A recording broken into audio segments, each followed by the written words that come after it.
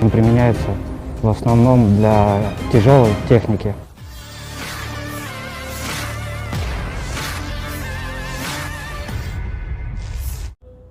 Marinir Armada Pasifik Rusia secara efektif menggunakan UAV tipe pesawat terbaru Molnia 1 dengan elemen kecerdasan buatan untuk menghancurkan kendaraan lapis baja dan otomotif Angkatan Bersenjata Ukraina.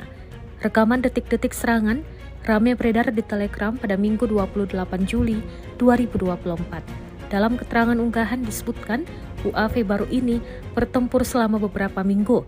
Selama ini awak drone penyerang diklaim telah menghancurkan unit artileri self-propelled, 3 howitzer, dan 10 kendaraan angkatan bersenjata Ukraina. Diketahui, UAV Molnia 1 adalah drone serang tipe pesawat dengan baterai yang ditingkatkan yang memungkinkannya menyerang musuh pada jarak hingga 30 km.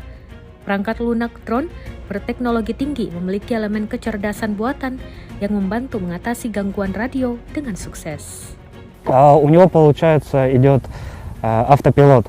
Оператор переключает, когда попадает в зону рэба, он переключает на автопилот, и с помощью автопилота он начинает проходить рэб. Он просто по заданному курсу идет прямо, и все. Когда он проходит зону рэба, он опять переключается в другой режим свой и начинает маневрировать. Когда он заходит на цель, он включает акро, и тогда самолет свободно начинает уже лететь. Мы поражали в основном гаубицы их, Д-20, вот, и поразили еще пикап у них. Он тоже двигался вдоль лесополки. Мы его засекли, мы его сначала отправили как дрон-разведчик, вот, на свободную охоту вышли. Но засекли машину и все, начали пикировать и попали. И также гаубицы уничтожаем, миномет уничтожали тоже.